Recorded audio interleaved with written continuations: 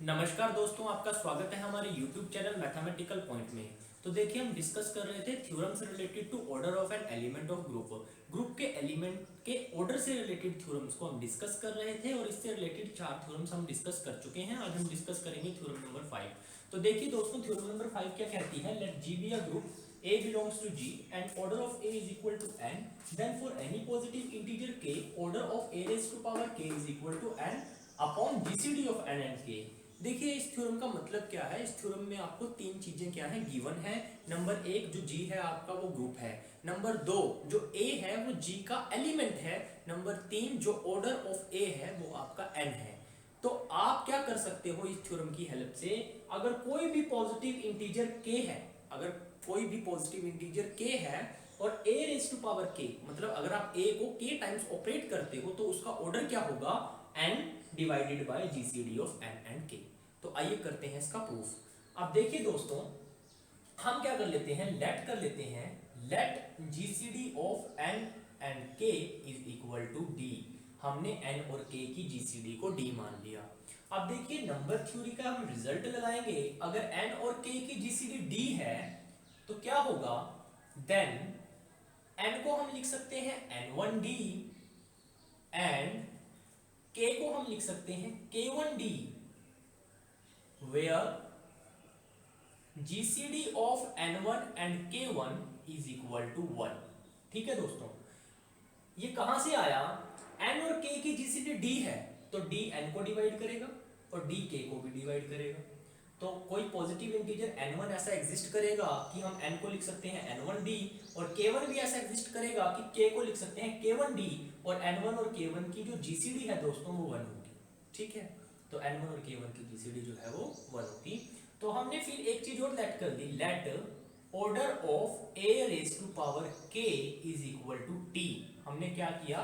a raise to power k का order t मान लिया। हमने t को प्रूफ किसके बराबर करना है कि t जो है वो इक्वल है n divided by GCD of n and k, और n और k की जीसीडी d है, मतलब आपने t को n बाय d के इक्वल प्रूफ करना है, n divided by d।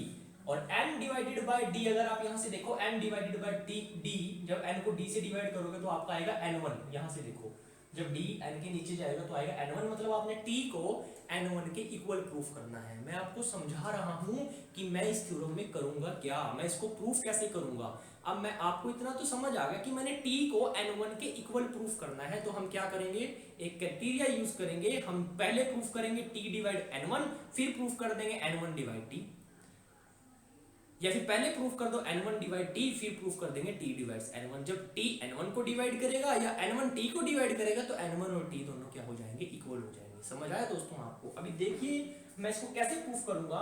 Order of a raise to power k को मैंने t मान लिया, तो यहां से क्या होगा? This implies that a raise to power k की जब पावर आप t करोगे तो आपका आंसर आइडेंटिटी आ जाएगा। This implies that you can return is, इसको आप कैसे लिख सकते हो? a raise to power k t। देखिए, order of a raise to power k is equal to t हो गया। a raise to power k की पावर जब आपने t की तो आपका आइडेंटिटी आ गया। तो आप इसको लिख सकते हो a raise to power k t is equal to identity. इसको आपने ऐसे लिख दिया।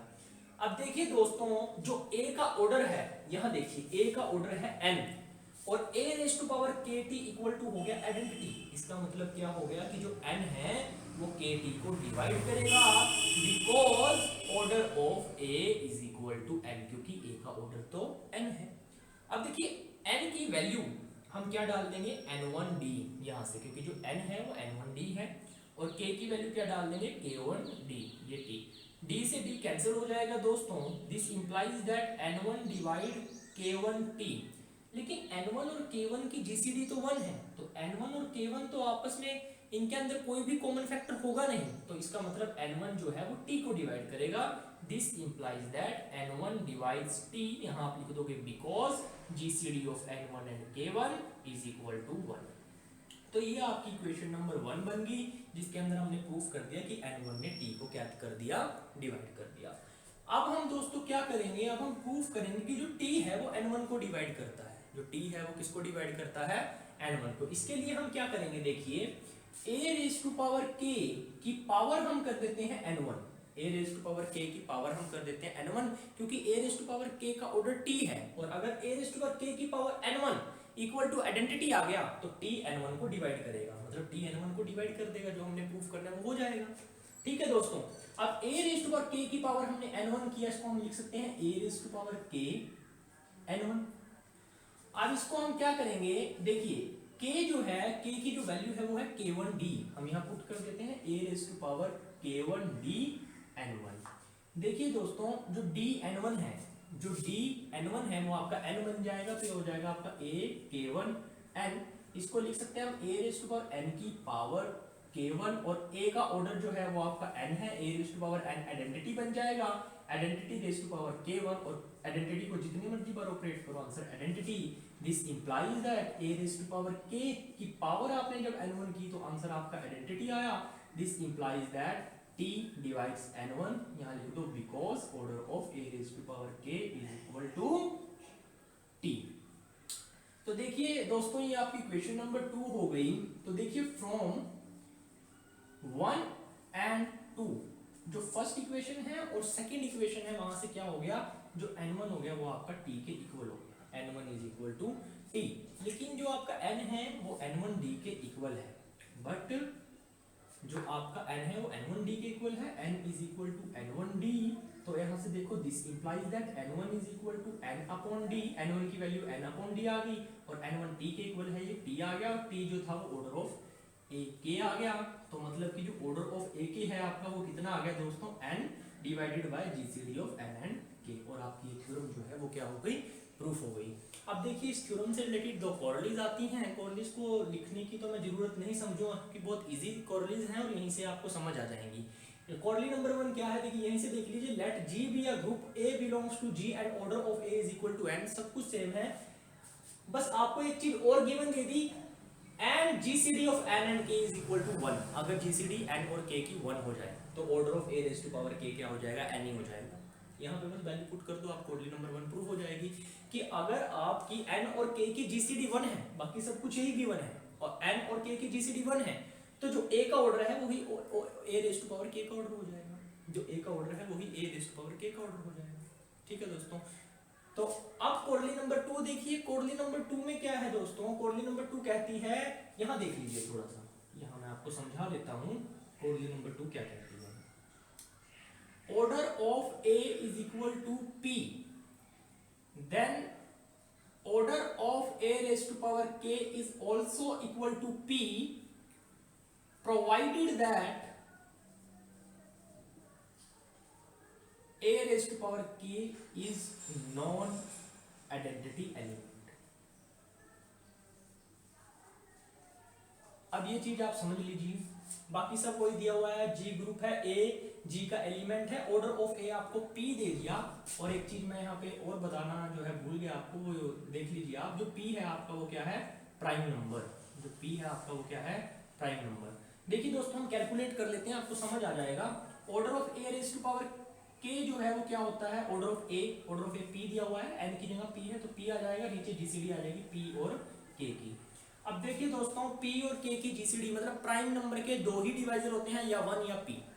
अगर यहाँ पे जो k है वो p से डिवाइड होता है, मतलब प्राइम नंबर से डिवाइड होता है, जिसके साथ आप यहाँ पे जीसीडी ले रहे हो, तो इन दोनों की जीसीडी p आ जाएगी, और यहाँ पे ऑर्डर a k का 1 आ जाएगा, जो पॉसिबल नहीं है क्योंकि 1 जो है वो आइडेंटिटी का ऑर्डर होता है, लेकिन यहाँ पे इन्होंने प्रोवाइड कर दिया कि जो a k है वो नॉन आइडेंटिटी एलिमेंट है। इसका मतलब ऑब्वियसली बात है कि यहाँ पे जो आपकी जो जीसीडी है p k की, उसकी a की वैल्यू जो है हो सकती है, और वो है 1।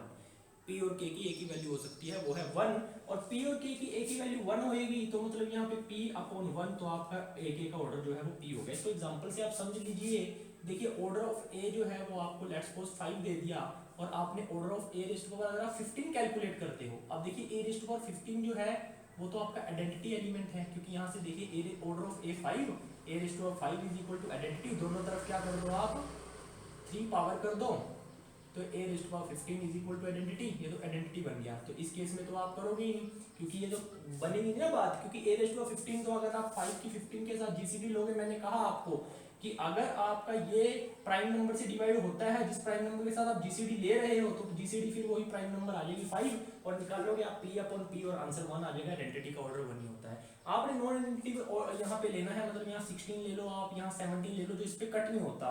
फिर अगर आप जीसीडी जब लोगे 5 के साथ इसकी तो वो 1 ही होगी, और जीसीडी 1 हो जाएगी तो ये कोऑर्डिनेट नंबर 1 ही बन जाएगी कि अगर एन और के की जीसीडी 1 है तो ऑर्डर जो होगा आपका ए रेस्ट पावर के वो एक ऑर्डर ही हो जाएगा।